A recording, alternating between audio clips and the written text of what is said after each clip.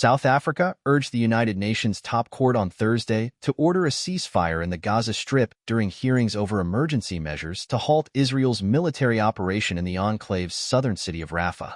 It was the third time the International Court of Justice held hearings on the conflict in Gaza since South Africa filed proceedings in December at the court, based in The Hague in the Netherlands, accusing Israel of genocide.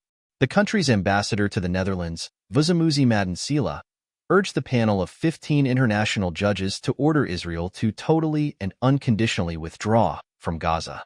The court has already found that there is a real and imminent risk to the Palestinian people in Gaza by Israel's military operations.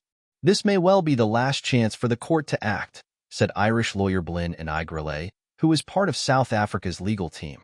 Judges at the court have broad powers to order a ceasefire and other measures, although the court does not have its own enforcement apparatus. A 2022 order by the court demanding that Russia halt its full-scale invasion of Ukraine has so far gone unheeded. During hearings earlier this year, Israel strongly denied committing genocide in Gaza, saying it does all it can to spare civilians and only targets Hamas militants. The country says Rafah is the last stronghold of the militant group. The latest request focuses on the incursion into Rafah.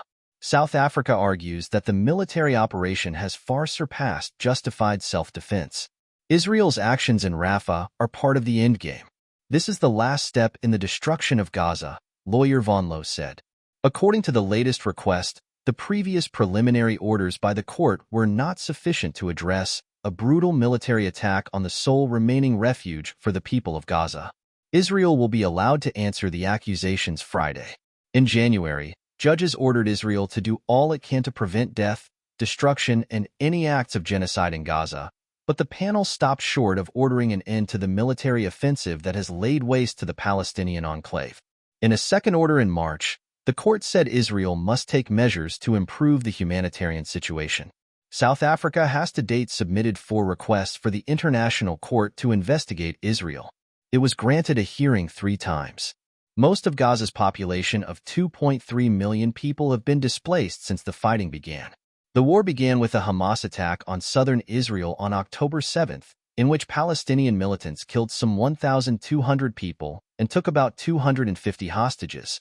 Gaza's health ministry says over 35,000 Palestinians have been killed in the war, without distinguishing between civilians and combatants in its count.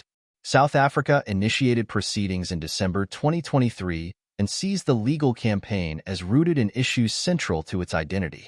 Its governing party, the African National Congress, has long compared Israel's policies in Gaza and the occupied West Bank to its own history under the apartheid regime of white minority rule, which restricted most blacks to homelands. Apartheid ended in 1994. On Sunday, Egypt announced it plans to join the case.